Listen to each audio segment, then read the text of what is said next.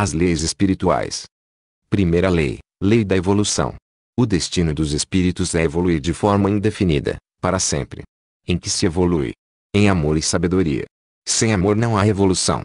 Sem amor não há sabedoria. Sem amor não há felicidade. A evolução depende da vontade e do esforço de cada um. O mundo espiritual. Disseste, no início, que a vida do espírito não começava com o nascimento. Assim é.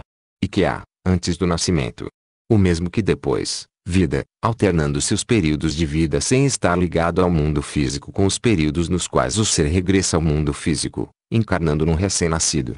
Então a vida não começa com o nascimento. Não. E todos vivemos outras vidas antes da atual?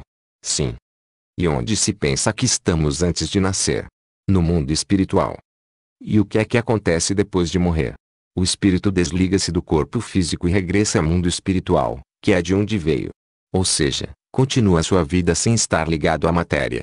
Dito de outro modo e para resumir, o espírito proveniente do mundo espiritual liga-se ao mundo físico, encarnando num recém-nascido, decorrendo uma fase encarnado fisicamente, até que acontece a morte do seu corpo.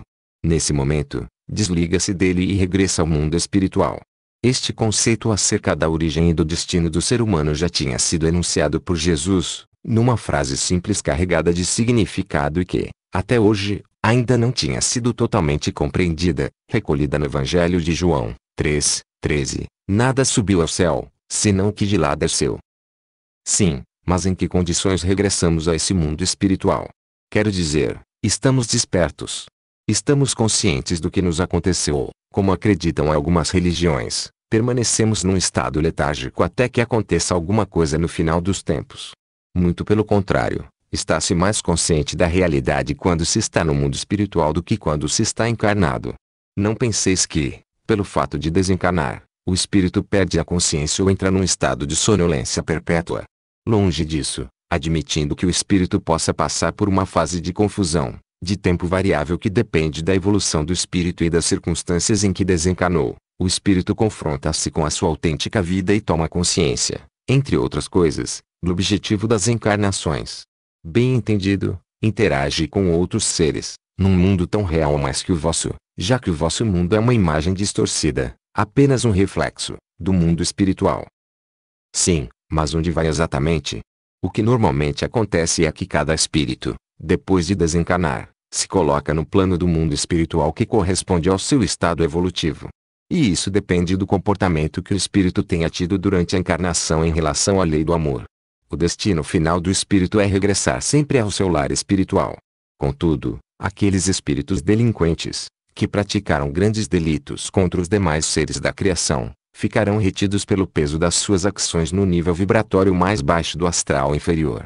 No extremo oposto, o espírito que tenha vencido grande parte do seu egoísmo e que se tenha comportado amorosamente, elevar-se-á às franjas vibratórias mais altas do astral superior.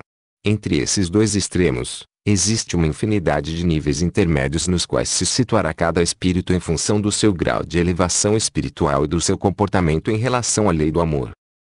Espera um pouco, porque me estou a perder.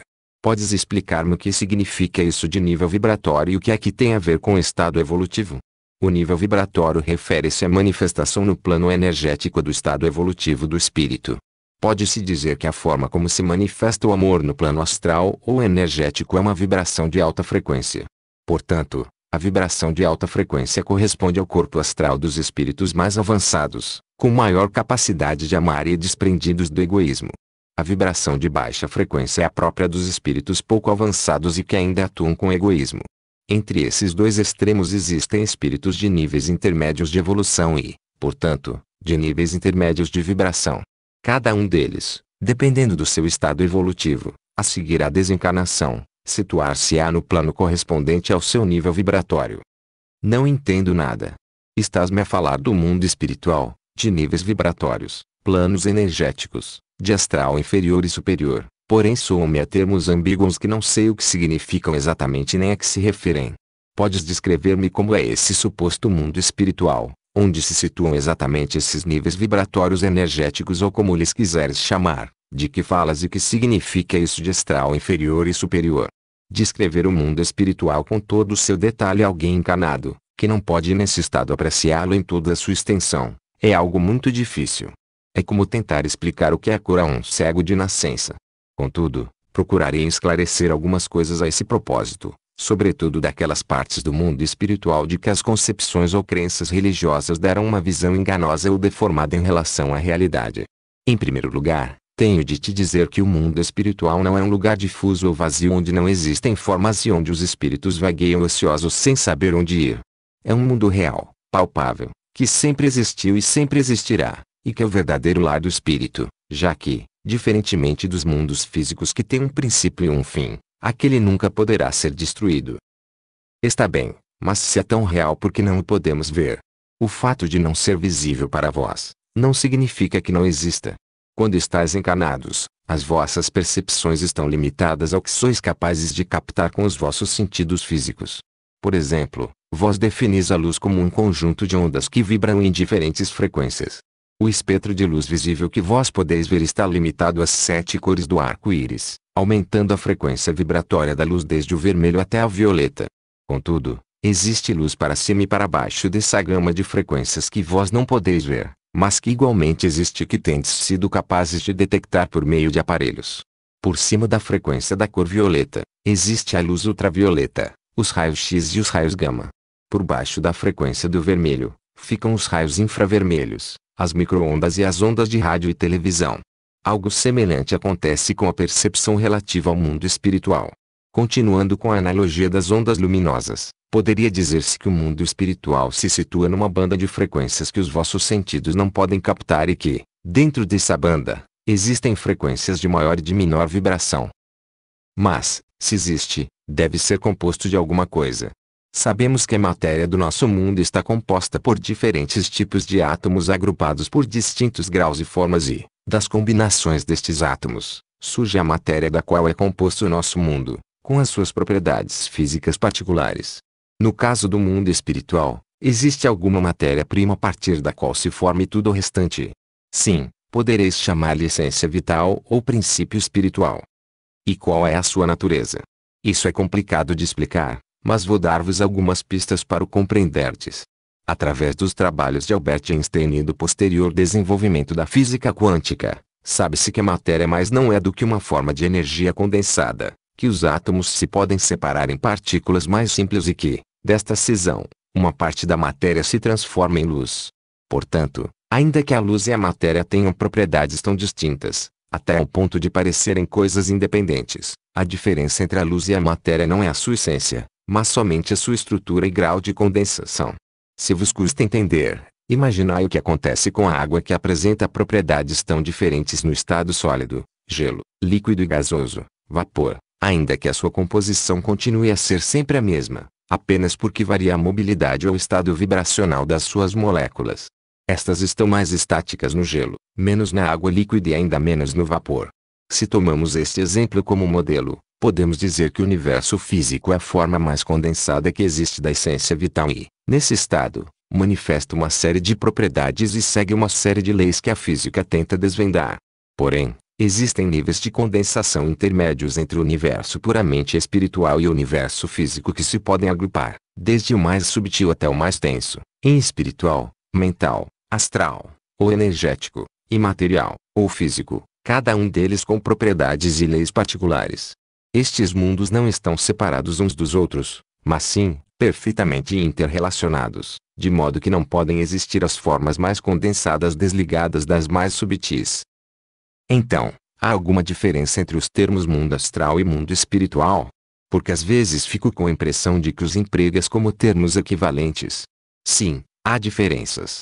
Como disse, o mundo espiritual é o plano onde nasce tudo o resto e é indestrutível, enquanto o mundo astral é a manifestação do mundo espiritual no plano energético. Ou seja, trata-se já de uma forma muito condensada da essência vital, ainda que não tanto como o mundo material.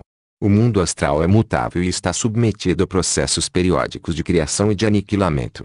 O que se passa é que, quando faço referência ao mundo espiritual, é verdade que utilizo o conceito para me referir à soma dos três mundos mais subtis, espiritual, mental e astral, e que escapam à vossa percepção, por contraposição ao termo mundo físico, o qual se refere ao mundo que vós conheceis. Utilize um termo ou outro dependendo do contexto ou da ênfase que queira dar a algum aspecto do mesmo. Normalmente, utilizarei mundo espiritual como termo mais geral e amplo, enquanto mundo astral é um termo mais concreto, por ser a parte do mundo subtil mais próxima do mundo físico. Fico com uma ideia do que dizes, mas quando falas de mundo astral, a que te referes concretamente? Cada planeta físico está ligado ao seu correspondente planeta energético ou astral que lhe está sobreposto, mas que é muito mais extenso em tamanho do que o planeta físico, ainda que muito mais subtil na sua natureza. Digamos que se o planeta físico é do tamanho de um grão de café, o do planeta astral poderia ser equivalente ao tamanho de uma bola de futebol, porém de natureza energética, de forma que o grão de café ficaria no centro da bola de futebol. O planeta físico não poderia existir sem o planeta astral, já que é este último quem o vitaliza energeticamente e mantém a sua estrutura e permite o seu funcionamento. Dentro deste mundo astral, existem diferentes níveis ou camadas vibratórias que se diferenciam pela sua densidade, de modo que as camadas mais densas estão mais perto da superfície do planeta físico e as mais subtis estão progressivamente mais afastadas. Cada uma delas tem estrutura geológica e natureza próprias. Existem vales, montanhas, rios, flora e fauna, ainda que existam diferenças entre elas, pois a natureza é mais bela e perfeita nas camadas mais subtis do que nas mais rudes. Podemos dizer que a natureza no mundo físico é um reflexo inacabado da natureza astral e que tudo o que existe no mundo físico foi antes ensaiado no mundo astral. E a vida nesse planeta astral? Esse globo ou planeta astral está cheio de vida e é o lar dos espíritos e formas de vida não encarnada ligados ao planeta Terra. É a origem da maioria dos seres que nascem e o destino dos que morrem no vosso mundo físico. Antes, disse que o espírito quando desencarna regressa ao mundo espiritual. O que acontece normalmente é que o espírito fica num desses níveis vibratórios do planeta astral, o correspondente ao seu nível energético, que depende por sua vez do seu nível espiritual. Encontramo-nos agora num desses níveis, e a natureza que observas à tua volta é a própria deste nível vibratório. Dizes que há espíritos a viver no mundo astral e que são os que encarnam na Terra. Gostaria de saber alguma coisa mais desse mundo e dos seus habitantes e, também, de que depende que nos situemos num nível ou noutro do mundo astral depois de morrer. E que me expliques, de uma vez por todas, a que te referes com isso de astral superior e inferior, porque ainda não o fizeste. Está bem. Como já disse, posto que há espíritos a habitar em cada uma dessas franjas vibratórias do mundo astral, eles também criaram, a partir dos elementos naturais, a sua própria civilização. À medida que o espírito evolui, ou seja, se vai desprendendo do egoísmo e se torna mais amoroso, a sua prática no amor faz-lhe elevar a sua frequência vibratória, o que lhe permite subir até os planos vibratórios que estão de acordo com o seu novo nível evolutivo. Em conformidade com esta lei da correspondência vibratória, os espíritos mais avançados, que têm natureza mais subtil, habitam nas regiões vibratórias mais subtis e mais afastadas da superfície terrestre, enquanto, à medida que descemos para camadas progressivamente mais densas, iremos encontrando comunidades de espíritos menos avançados, cuja natureza é também mais densa. Como consequência disto, a civilização é mais perfeita e avançada moral e tecnicamente nas camadas mais subtis do que nas mais densas. Ainda que se trate de uma divisão puramente arbitrária, podemos agrupar estes distintos níveis vibratórios em astral inferior, médio e superior, conforme se aumenta em vibração e se diminui em densidade. Os espíritos do astral superior veem já muito claro qual é o destino do espírito e estão numa fase de evolução consciente. Centram toda a sua vontade e esforço em avançar espiritualmente e em ajudar a avançar os espíritos que estão menos evoluídos, ainda que estes, muitas vezes, não estejam conscientes da ajuda que recebem. E nisso, essencialmente, ocupam o seu tempo. No astral inferior encontram-se os espíritos menos evoluídos espiritualmente que, tanto podem ser aqueles espíritos ainda jovens em estado primitivo de evolução, como aqueles que, apesar de terem vivido muitas vidas e de terem desenvolvido a sua inteligência, ainda não desenvolveram os seus sentimentos. No astral médio encontraremos os espíritos com um grau de avanço intermédio. É aí onde vão parar a maioria de espíritos encarnados da Terra depois de desencarnar, ainda que para chegar aí muitos tenham passado alguns períodos mais ou menos prolongados no astral inferior, por terem ficado retidos temporariamente devido às suas ações contra a lei do amor realizadas enquanto estavam encarnados. Pelo que dizes, o astral inferior poderia equiparar-se ao inferno e o superior ao céu, enquanto o astral médio poderia representar o purgatório, não. Em rigor, os conceitos de inferno, purgatório e céu são uma imagem extremamente distorcida da realidade espiritual que estou a expor e com a qual possuem escassa correspondência. Na realidade, todos os espíritos que alcançaram o astral superior estiveram no passado no astral inferior e passaram pelo astral médio. E se chegaram até aí foi porque, por mérito próprio, foram progredindo espiritualmente no amor, aumentando assim o seu nível vibratório e tornando-se dignos de habitar as regiões que atualmente ocupam.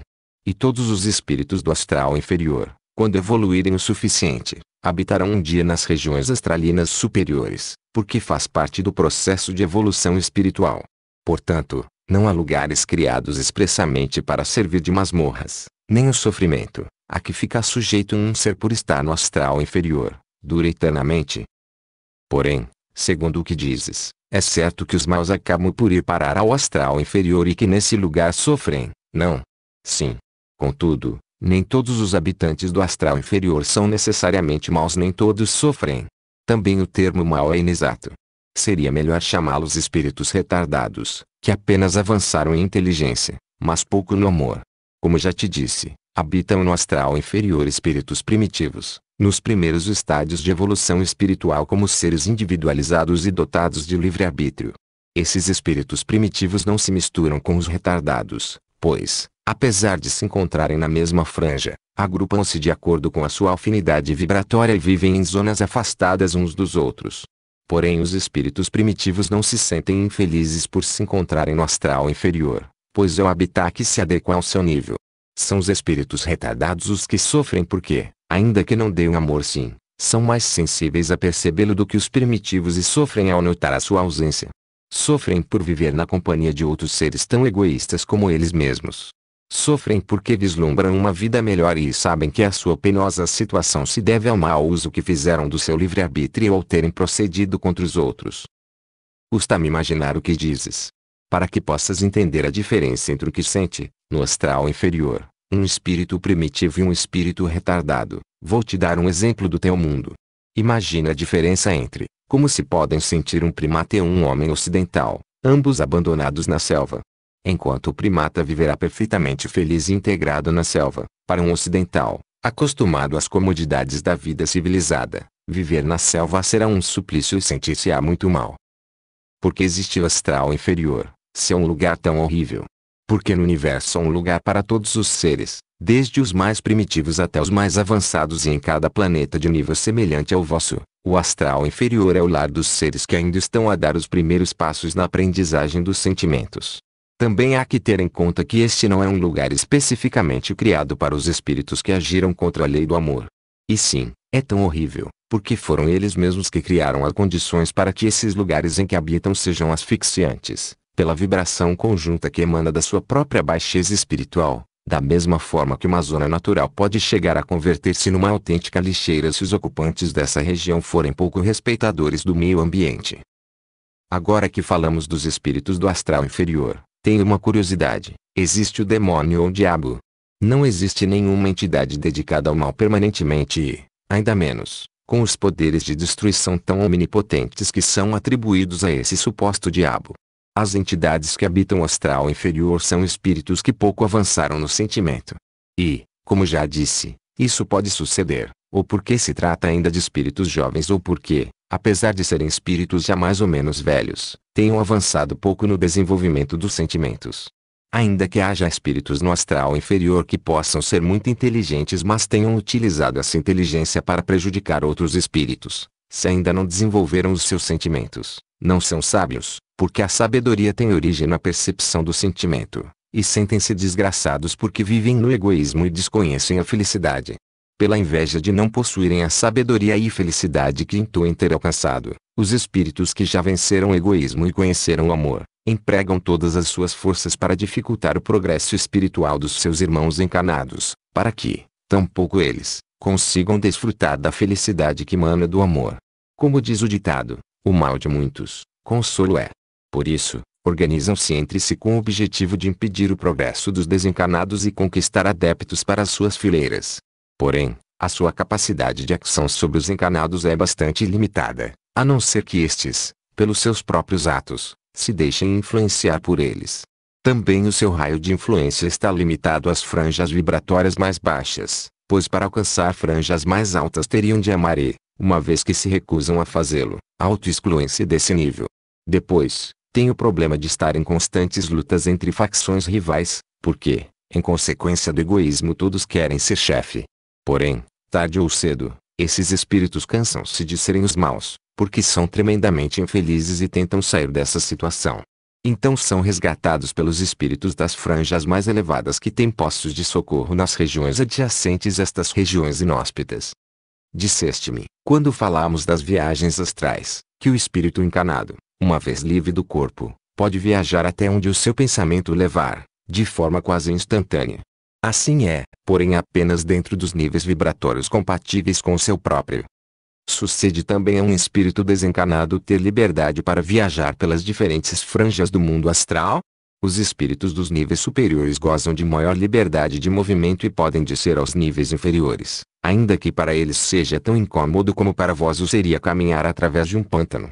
Os espíritos de níveis inferiores não podem ascender a níveis superiores enquanto não conseguirem aumentar o seu nível vibratório, e isso apenas se consegue quando tenham evoluído espiritualmente. Portanto, os contatos entre espíritos de níveis diferentes realizam-se descendo sempre o mais avançado à região do menos avançado. Os espíritos que habitam nas zonas densas do astral inferior têm mais dificuldade em se moverem no seu ambiente, parecendo quase que vivem com as mesmas limitações que tem um humano encarnado, já que a vibração da matéria astralina dessa zona é tão baixa que se assemelha muito à da matéria física. Não acontece assim com os espíritos do astral superior, que podem viajar livremente, ainda que, para que se possam manifestar no astral inferior e possam ser vistos pelos seus habitantes, tenham de ajustar a sua vibração, e isso acaba por ser tão penoso como para vós é respirar num compartimento cheio de fumo. Por que há esta separação entre níveis? Esta separação é inerente à natureza do mundo astral e impede que os espíritos pouco avançados possam infiltrar-se nas regiões de alta vibração, onde impera o amor, e prejudiquem os seus residentes. Mas, então há algum tipo de ligação entre essas franjas vibratórias ou estão completamente separadas entre si? As separações não são bruscas, mas graduais. Da mesma forma que a densidade da atmosfera diminui de forma progressiva quando nos afastamos da superfície terrestre, o mesmo acontece também com a densidade da matéria astralina. As diversas comunidades do astral estão ligadas entre si e existe um trânsito de espíritos, com a limitação que indicamos anteriormente. Quero dizer, enquanto os mais avançados se podem mover livremente através do seu nível e dos níveis inferiores, os menos avançados só podem alcançar níveis superiores aumentando seu nível vibratório por meio da evolução espiritual. As comunidades do astral médio são ajudadas pelas comunidades do astral superior, das quais recebem assessoria espiritual e técnica para organizar as suas comunidades de acordo com as leis espirituais mais avançadas. Por sua vez, destas comunidades do astral médio, partem missões de ajuda aos espíritos do astral inferior que estão em condições de sair dessa franja vibratória, por terem tomado consciência dos prejuízos que causaram, porque mostraram arrependimento e vontade de melhorar, e por terem pedido sinceramente ajuda para sair dessa situação. E em que consistem especificamente essas missões de ajuda? Para que façais uma ideia, podemos dizer que as comunidades de espíritos mais avançados atuam como uma espécie de N e G.S espirituais, que descem para ajudar ou para resgatar os espíritos sofredores em situação bastante difícil. Parece-se com o resgate de civis feridos por um bombardeamento, com a chegada dos combatentes, ou dos refugiados procedentes de regiões devastadas pela guerra, pela fome ou por catástrofes naturais. Com este objetivo, montam-se hospitais, albergues e escolas em certas regiões limítrofes entre o astral inferior e médio, para cuidados e reeducação dos espíritos recém-resgatados das franjas vibratórias baixas. Nestes lugares passarão o tempo necessário para sua reabilitação. Uma vez recuperados, muitos deles envolvem-se ativamente nos mesmos trabalhos de assistência e resgate de espíritos sofredores do astral inferior, do tipo do que eles mesmos acabaram de beneficiar, o que os faz sentirem-se úteis e um pouco mais felizes, pois é a maneira que têm de agradecer o que foi feito por eles e, também, porque desejam ajudar do coração os seus irmãos, compreendendo perfeitamente pelo que estão a passar, visto que eles mesmos também o acabam de sentir na própria carne. Assim, também se ajudam a si mesmos, elevando seu padrão vibratório pelos atos de amor que realizam em benefício dos outros. Logo que recuperem o nível vibratório adequado, E se eles assim o desejarem, podem regressar aos seus lares espirituais.